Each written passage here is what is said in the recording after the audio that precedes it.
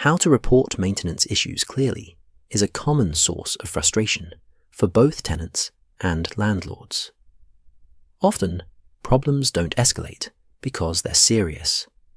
They escalate because information is incomplete, unclear, or scattered across messages.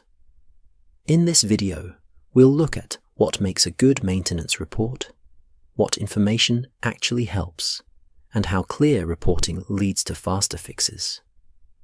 What reporting is really about, reporting a maintenance issue, isn't about assigning blame.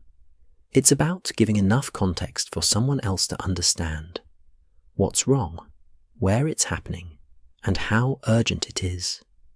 Clear reports reduce back and forth and prevent misunderstandings.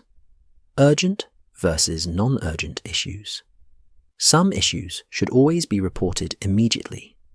These include things like gas smells, electrical hazards, serious water leaks, or loss of essential services. Non-urgent issues are different. A dripping tap, a loose handle, or unclear heating controls still matter, but they don't usually require emergency escalation. Being clear about urgency helps everyone respond appropriately.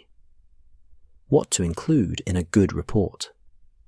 A clear maintenance report usually includes what the issue is, where it's located, when it started, and whether anything has already been tried. Photos or short videos can help, but only if they show the issue clearly. The goal isn't to send more messages. It's to send the right information once. Why clarity matters. When reports are vague, landlords often need to ask follow-up questions. That slows things down and creates unnecessary frustration. Clear reporting helps issues get diagnosed faster and reduces repeated messages. How this works in practice. Some tenants and landlords use a central property information hub to document maintenance guidance, reporting steps, and contact expectations. This reduces confusion and helps everyone stay on the same page. Closing. Clear communication doesn't just fix problems faster. It makes renting calmer for everyone involved.